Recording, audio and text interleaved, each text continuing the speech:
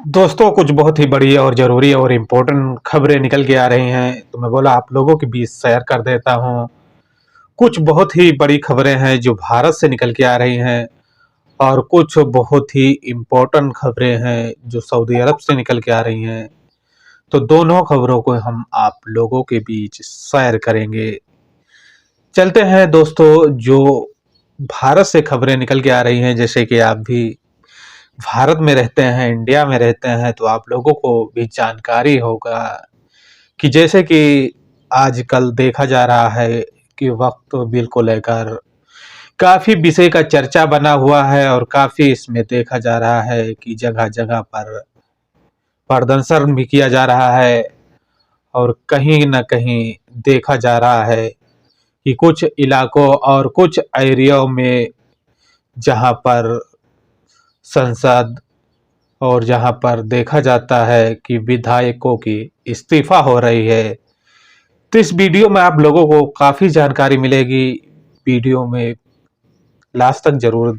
देखना और चैनल पे पहली बार विज़िट किए हैं तो चैनल को लाइक और सब्सक्राइब ज़रूर कर लेना। दोस्तों, जैसे कि देखा गया है और बताया भी जा रहा है और सोशल मीडिया पर चल भी रहा है कि वक्त जो बिल है ये संसद से पास कर दिया गया है, जहां पर देखा जा रहा है कि इसकी मंजूरी दे दी गई है और कहीं न कहीं देखा जाता है कि अगला स्टेप जो है सुप्रीम कोर्ट का है। सुप्रीम कोर्ट से अगर ये बिल पास हो जाता है और पास होने के बाद में जल्दी ही फिर ये कानून जो है पूरे भारत में लागू कर दिया जाएगा। हालांकि ऐसे में देखा जाता है कि जल्दी ही इस मामले का सोल्व भी किया जाएगा और सोल्व करने के दौरान पर देखा भी गया है कि वक्त बिल को लेकर सीएससी से जानकारी मिली है कि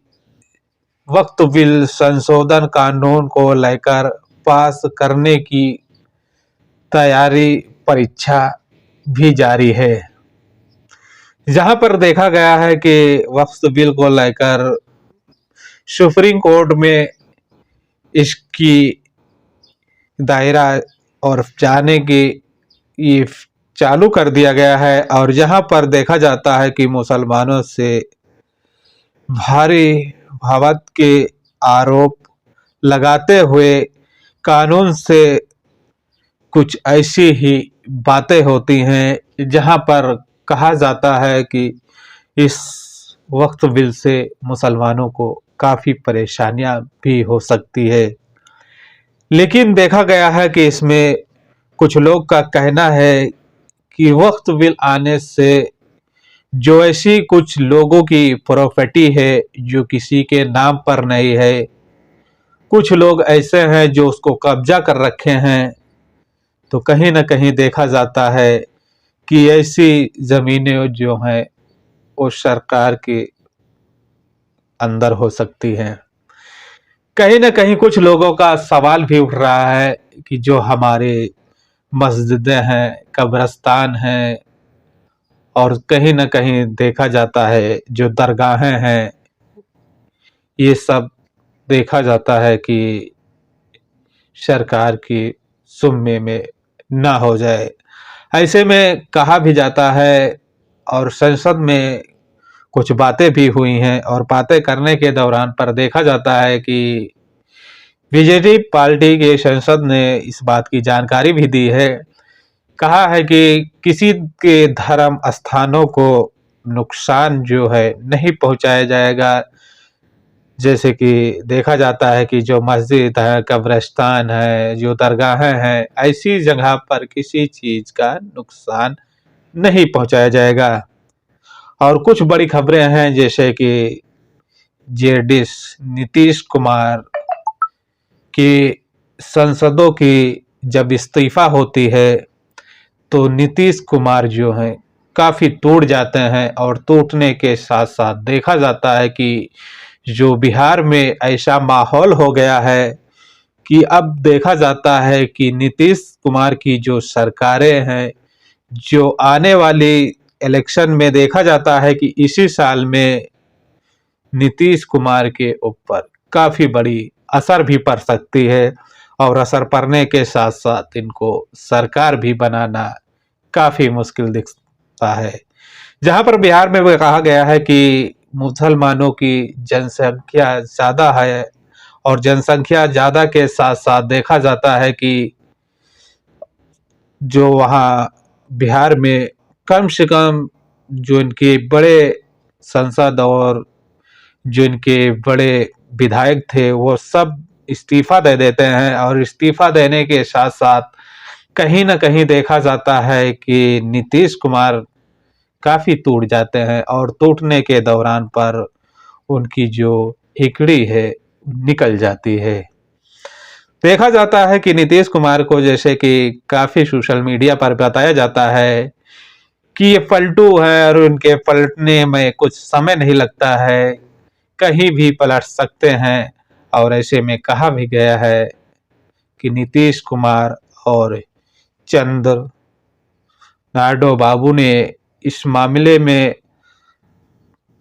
दोनों लोग मिलकर और जैसे कि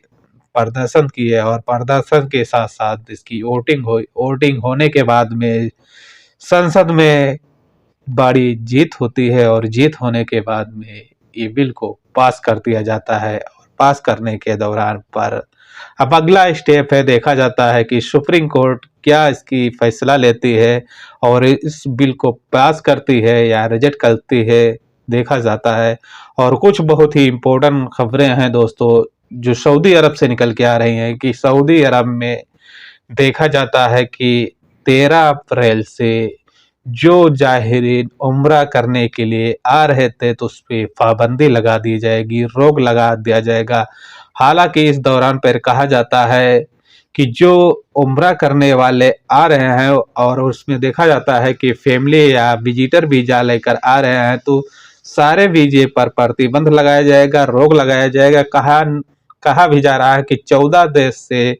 ऐसे जो लोग आ रहे हैं सब पर रोक लगा दिया जाएगा क्योंकि दोस्तों देखा गया है कि इसमें हज की अब तैयारी जो है जोरों तोरों से शुरू कर दी जाएगी और शुरू करने के दौरान पर इस बात की जानकारी दी जा रही है कि 13 अप्रैल से जो यात्री उम्रा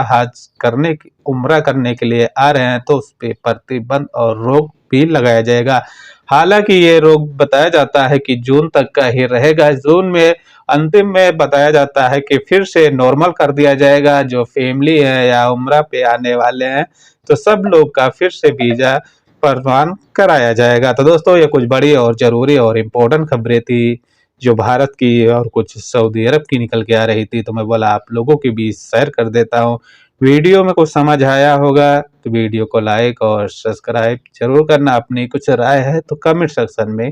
कमेंट जरूर करना। मिलते हैं एक नेक्स्ट वीडियो में। अपना और अपनी फैमिली का ख्याल रखना। Okay bye.